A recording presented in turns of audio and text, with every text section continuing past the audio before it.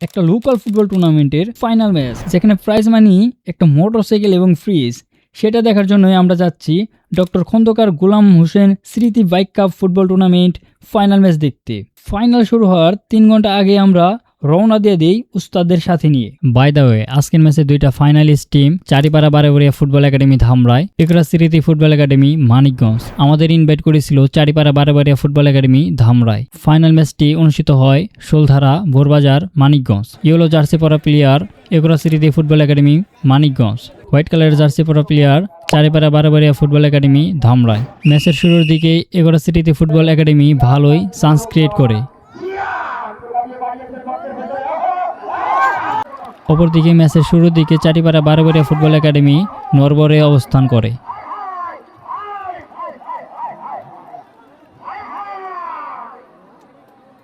এখানে খেলা দেখবার আইছি না গান বাড়াইছি, জীবন শেষ। আর এই জায়গায় কোনো মিডিয়ালে কোনো ব্যবস্থাও রাখে নাই। সব জায়গায় দেখি ব্যবস্থা রাখে, আর এই জায়গায় কোনো ব্যবস্থা নেই। খুব খারাপ অবস্থা। আরে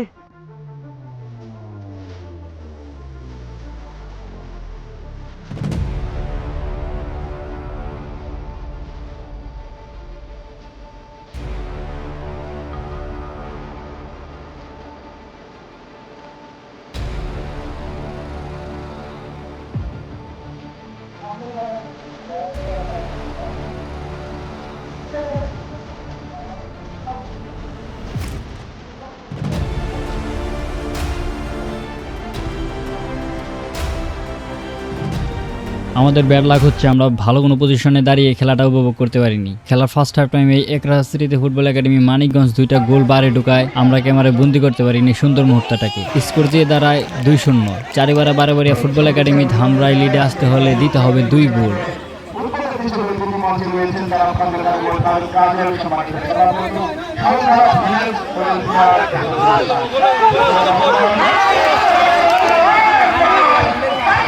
এরই মাঝে ফার্স্ট হাফ টাইমের বাসি দিয়ে দেয় রেফারি।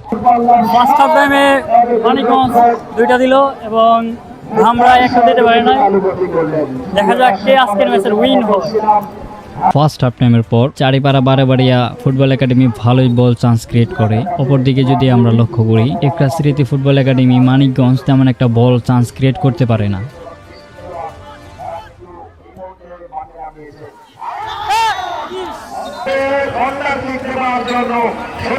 অবস্থান দেখছেন বক্সের ভেতরে হেড হয়েছে আর একবার দুজন খেলে লাগিয়ে দিয়েছেন।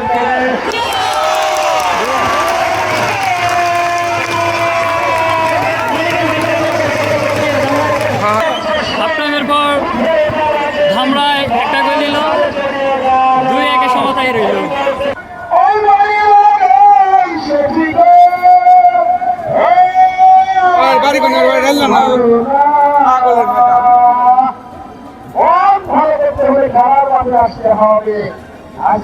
ধারাভাষ্যটা খুব ফানি ছিল, ভাষণ না দিয়ে গান গাওয়া শুরু করে দিছে।